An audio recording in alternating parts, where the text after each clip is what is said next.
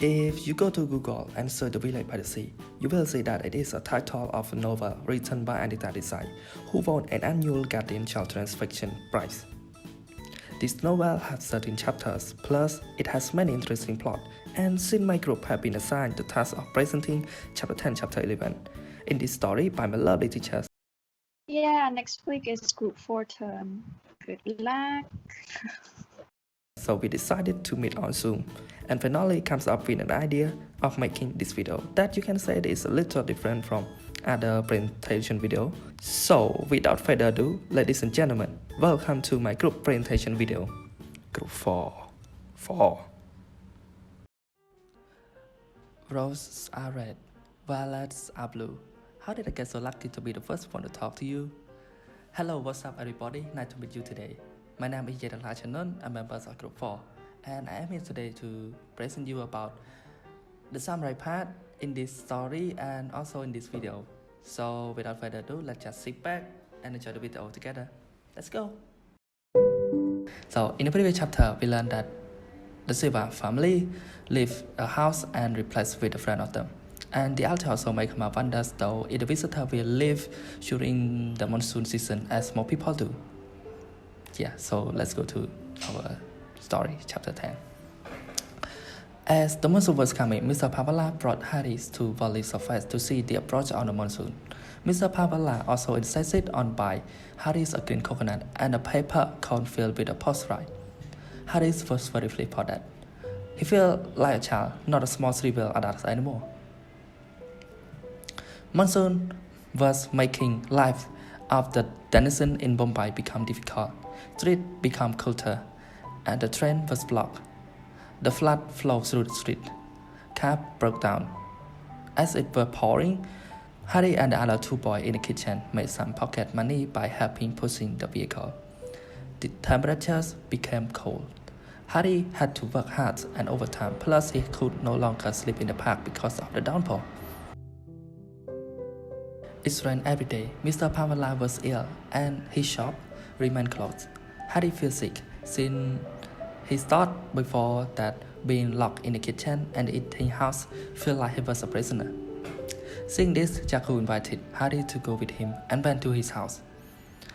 Harry realized that even though Jaku had a restaurant with a lot of customers, he still lived in a shack.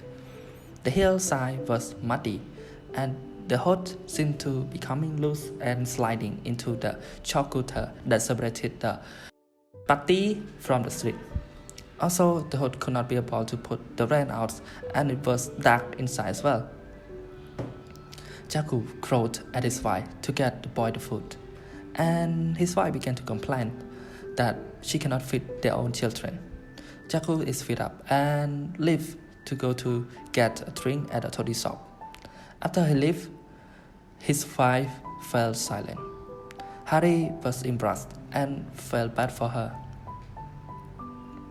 Jaku's wife began to mumble that men could go out and drink, but women could do nothing but lie down and sleep. Harry told her that his father drank too. Jaku's wife was sorry to hear that and asked if he bet his wife. Harry nodded and called. She signed that the next day they will get him some medicine. The next following day, along the way to dispensary, Harry told Jaku that he would back to the eating house because there was no room for him in the house, and Jaku's wife had enough to do and worried about her sick child. Jaku realized that he had erred in bringing Harry there. Then Harry told him to go to the restaurant first, and Harry would be along later after receiving the medicine. Everything still remained the same. The monsoon was dull, and Mr. Pavala did not return yet. One day, Harry last stopped by asking Harry if he was okay and told him about the arrival of the Silva family. Harry had forgotten all about them and began to have a feverish thought about their lifestyle and imagined whether he could be a part of it. Another massive storm broke out in Bombay, and it was a chaos in the street. There was only a few customers in the restaurant, and one of them was a lorry driver who had a radio. The boy got to listen to the radio. Harry heard the report of the fisherman from Aliba lost in the storm. He was desperately worried and couldn't stem the tide of his memory. He longed for his family and his people and his home. During the monsoon season, people in Toul faced some issue as well. Fire was smoky, the hut was domed. Due to the storm, fishermen did not manage to go to the sea, so there was no fish for the village. Lila visited the hospital weekly and was happy to see her father had quit drinking. It was hard for Lila to go to the hospital because of the downpour. However, she was grateful to see her mother's progress and her father. The fishermen could no longer afford to not go out anymore and decided to get their boats ready. Bijou saw them and yelled that their boat did not build to handle the storm, but the man laughed and said they would be fine. Lila watched all of this and then she continued to her destination. Later, she fell sick. That early morning, the worst storm of the season hit and lasted for 3 days. Hirabai came by and told the girl about the fishing boat, which had been lost for 4 days. A search party had set up and Bijou had insisted on going and letting it. 3 boats were broken, the rest busted and ruined. 3 men died by drowning, the others were recused. It was Bijou's proud day. He boasted of how his boat helped, especially to the factoryman who had made fun of his boat. The factoryman ran away, having to admit that the villagers and the craft weren't as sorry as he thought. Lila felt bad for the fishermen and their wives. In their hut, Lila and her younger sister expressed their gratitude for the Mon Repos visitor, who was not driven away by the monsoon and who could pay them so that they could eat. However, they missed their parent and Harry. Lila thought Harry might return when the monsoon was over during the Diwali. This is the end of chapter 10. Now let's move to the chapter 11. So, in the chapter 11, Harry told Mr. Pamela of his desire to go back immediately, but Mr. Pamela encouraged him to stay on during the rainy season and keep up his training. Harry found out where the old man lived when he heard Jaco giving a customer Pamela's home address. Harry excitedly asked for it as well and visited Mr. Pamela. The old man had a comfortable little home and was improving in health. Everyone in his area loved him, and they had been taking care of him. Mr. Pamela was delighted to see Harry, and they talked about Harry's plan to return in Toul. He suggested that Harry should not have left, but Harry said he had to because there was no work for him to do there. Mr. Pamela replied that he could find work anywhere as long as he was able to use his hand and be willing to change and adapt. Harry told him of the factory and how he thought only skilled workers would be wanted. Mr. Pamela explained that maybe so, but there would be another job building the factory or the road, or providing food to the worker, and someday there would be a need for all those workers to have their watch and clothes fit. He said, quote, "So your watch making skill won't be useless after all. Perhaps one day you will own the first watch repair shop in Toul." End quote. Harry laughed and delighted. He wondered himself why he hadn't thought about this. He told Mr. Pamela he wanted to learn as much as he could. This was what the old man wanted to hear. And he told Harry that one always had to learn so one could be able to grow and change. Things always change.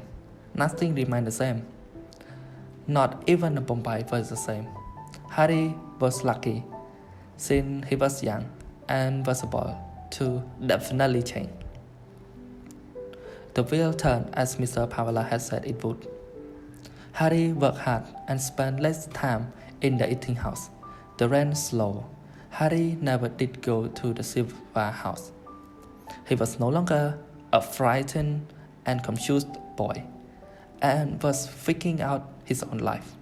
Harry wished he had gone back after Coconut Day, but Jagu told him that he should stay until Diwali. Harry was a bit unhappy, but he knew that Jagu had done a lot for him. So Harry told Mr. Pamela about this, and Mr. Pamela encouraged him to stay until Diwali too, because Diwali was the best day in the whole year. And he just waited until the Coconut Day. That would be coming soon. Also, he still had a lot to teach Harry.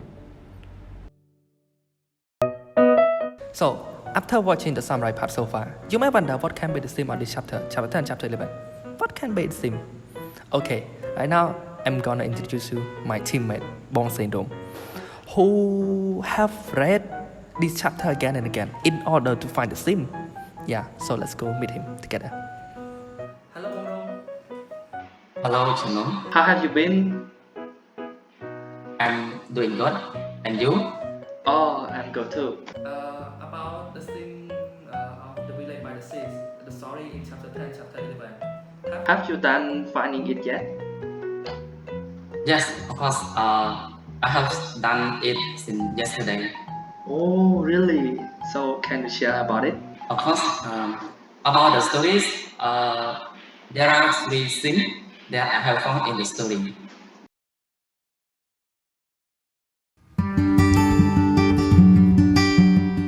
The first theme is family. Family is a big part of our life in giving love, caring, supporting, and providing something that we need without condition. As you can see in the text, Harry and Lila are the main part of the family, since they try their best to support their family. However, while Harry was working at Bombay, he still worried about his family all the time, especially during the monsoon season. Harry really wanted to come back to take care of all of them, but he needed to get a skill and save some money to make a business for their living. Another thing is, family does not simply the people who just share their biological DNA, but giving respect, appreciation, and sure help from others are also counted. For example, in Bombay, Mr. Jagu helped Harry to get a job and gave him an accommodation. In addition, Mr. Panvolas also held compassion and loving Harry. He taught Harry to man watch, brought Harry to Wally Sea Fest, and bought something for Harry as parents did, and gave many advice to Harry of what Harry should do before he go back to the tool that can change his life. What's about in our society? Does it exist? The answer is yes. In our society, most of the people share of what they have, such as material or money, to poor people for surviving. An example of this is Cambodia Red Cross and other NGO who support helpless people. Therefore, it can reflect that we all live in a good society if we help each other, and there is only peace and no war anymore. The second theme of the story is change and adaptation. Change means something becomes different. Adaptation refers to the process of changing something to make it suitable for a new situation. In the story, the fertilizer factory was built in two that made Harry and other residents lost their everyday job. In addition, Mr. Panvola's perspective changed Harry. He introduced Harry many jobs that he could do to adapt with the new changing such as poultry feeding and watch repairing, which led Harry to realization. Moreover, in our society, these points are very common and occur every day, as we have to adapt to everything in order to solve the problem in our life. But for an exact detail of this, we can take a critical look at when the steam machine was invented and it changed our society so much, and we have to adapt as well to live in a happy life. Thus, this reflects that everything around us is not still remain the same forever, because it will change or will be changed. So to live in a suitable for this change, we need to adapt. The last theme of the story that I can find is human values. Human values are the virtues that guide us to take into account the human element when we interact with other human beings. As you can see in the text, Biju was both and a wealthy person in Toul, but the resident thought that his property came from doing something illegal. In contrast, Biju was praised by everyone when he rescued the fisherman from the storm. In our society, we don't care where you come from, how wealthy you are, what your position is. The thing is, if you hold moral to others, you will get it back.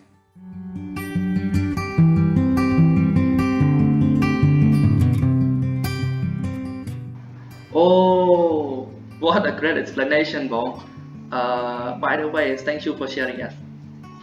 That's okay. Goodbye, Bong. Have a nice day. Bye. Bye.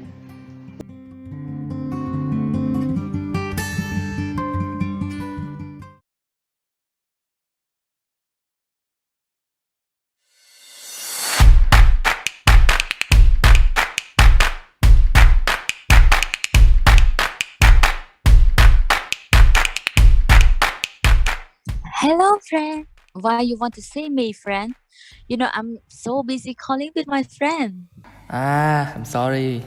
I want to ask you to present about your part. Are you free right now? Right now or later?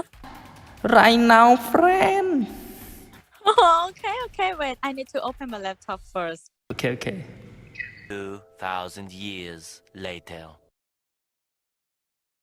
So, can you present right now? Yeah. Yep.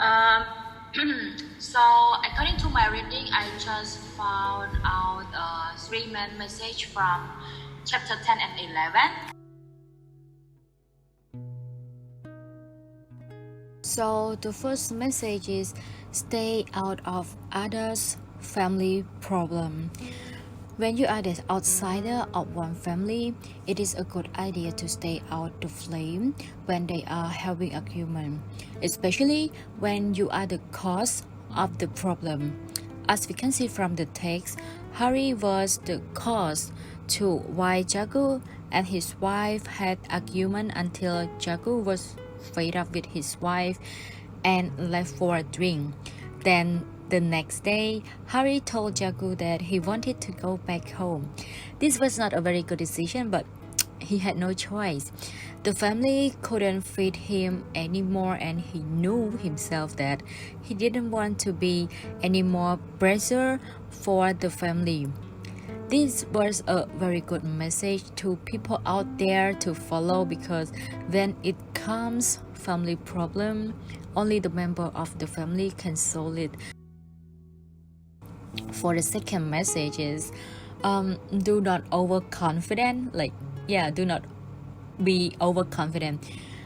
I know that believing in yourself is a good thing, but when you put a lot of faith in yourself and not listening to other people's advice, it is not a good thing at all. For example, even though you know how good you are on doing that kind of things, but there always some flaw come with it, and that flaw sometimes can only be seen by other people surrounded by you. From the text, even though Baju know that fishermen were good at fishing and controlling their boat, he saw the weather would be stormy, and no matter how good was the fishermen on controlling the storm, their boats would not be able to handle such a big storm. Then he suggested them with a high voice. However, being overconfident tried the fishermen not to listen to Baju, and they believed that they would be fine. Sadly, their confidence on their skill could not help through the storm at all. 3 of them were dead and others were injured. They should have listened to Baju, right? So that the result wouldn't be this sorrow. The message from this is that if you are too confident and underestimate the consequences of your decisions, you will be regret of your action when something bad happens. However, there still be another 50% that overconfidence can bring positive outcome. But listening to people's or to other people's advice always help. You should take it to consideration, and if it is good for you, follow it. And if it is not that good, just listen and ignore it. Shannon, friend. Hello, Shannon. What are you doing? Oh, hello. I'm What are sorry. you I was overworking last night, so I didn't doing? sleep. I'm sorry. So Hmm. is that all? No. What are you thinking? Oh, I'm going to talk about the last part, dear. okay, you can continue now. Okay. So, for the last part is work hard and learn specific skills when you are still young.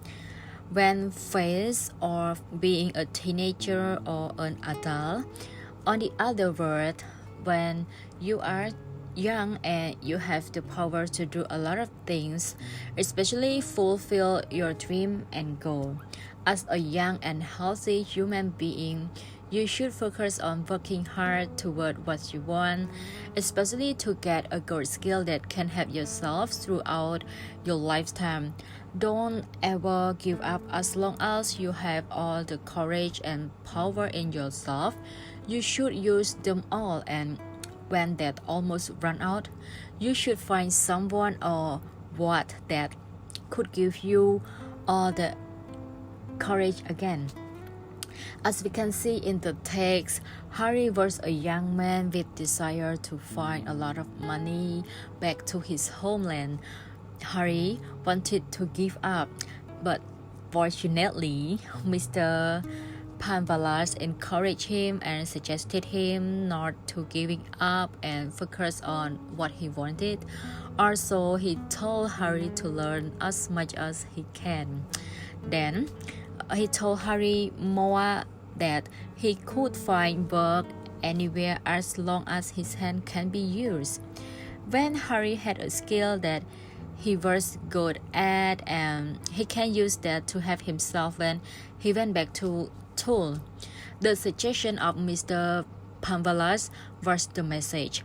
From this, we can know that the author wanted to tell us, the reader, that we should work hard, and learning as much as we can will probably help us to live ourselves and even help our family in the future. Like the proverb said, knowing 10 things still not equal to one specific skill. Means that we need to learn at least one specific skill so that we can use it to do something to support ourselves. You get it, friend? What are you doing?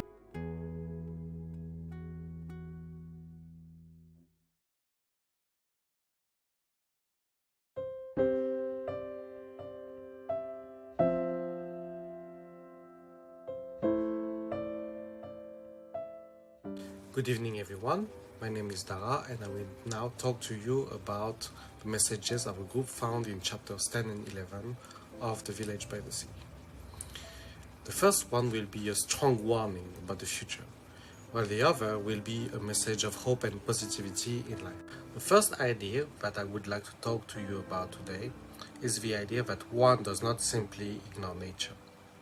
This is represented in the story by the chaos caused by the monsoon in the city of Bombay. Streets are flooded, cars are immobilized, trash is flowing everywhere, and students are unable to attend school. Furthermore, several fishermen are killed by storms and their fishing boats are also damaged or completely destroyed. Moreover, we should avoid making bad situations even worse by accelerating climate change. Deforestation and emissions of greenhouse gases are both contributing to climate change, and sea levels are rising, endangering inhabited coastal areas. We should care about the environment because we live in a city that is exposed to floods. The tropical climate, the nearby river, and the rampant urbanization could pose a serious threat should the climate continue to change, increasing the magnitude and the frequency of floods. Eventually, we will start seeing real harm inflicted on populations, which is rather unacceptable. Ultimately, we should respect and preserve nature rather than ignore it and harming it, because we do not possess the technology to subjugate it. If we continue to harm it, we will eventually reach a point where it will cause unfathomable damage and loss of life. And now for the second part, I think I need my glasses. Because now we're going to talk about the second message. Hope! Hope for the future. Never give up.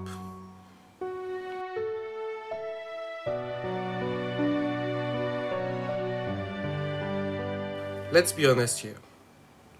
Our lives are full of fail. Harry's dad is a complete failure. Harry was a failure until he turned himself around. I failed. I'm here in Cambodia and I was born in France. What am I doing here? What happened? Oh, well, some of you know already. What about yourselves? Have you failed before? Did you fail a test? Did you fail an exam? Did you disappoint your family? Did you miss a queue? Did you get rejected? I'm sure everyone has failed before. And what separates normal people from successful people is the ability to recover from failure. Harry couldn't do anything back in home. So what did he do? He left. And by leaving, he gave himself another chance to get lucky. And that's all it took. He got lucky by meeting someone who was able to help him do something. Instead of being jobless and hopeless, he gained hope. He acquired some skills. He practiced. He trained hard. And in the end, he got some money.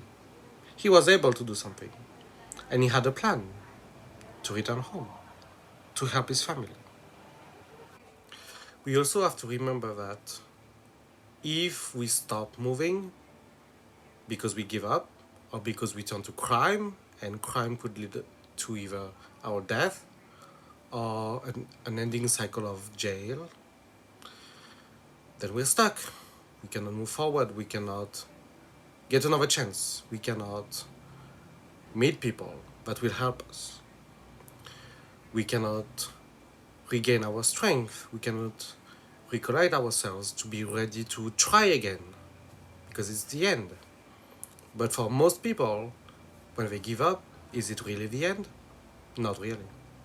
I also gave up once, twice, so many times I can't even remember. No matter what the reason was it really the end? Never. It never ended for me. I was able to continue moving, continue trying. And even in the end, when it looked like I had nothing else to do, my parents told me to come here. And because I had nothing to do, I just followed. And then I got lucky too. I was able to hear a lecture in Khmer, and I understood the main idea somehow. I met my wife, who became my wife after I got caught in a traffic accident, broke my arm. I got lucky because I got a job that helped me get much better job. But was it really luck? In conclusion, you just can't stop moving forward. You have to move forward, because if you don't, then you will get hurt. It will be slow and painful, and you will be miserable.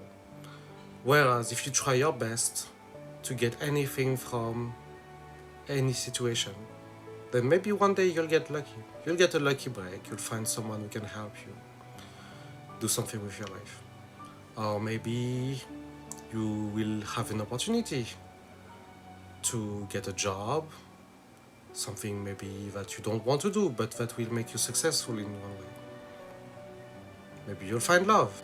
To sum up, number 1, don't mess with nature or it will destroy you. Number 2, never give up, never surrender.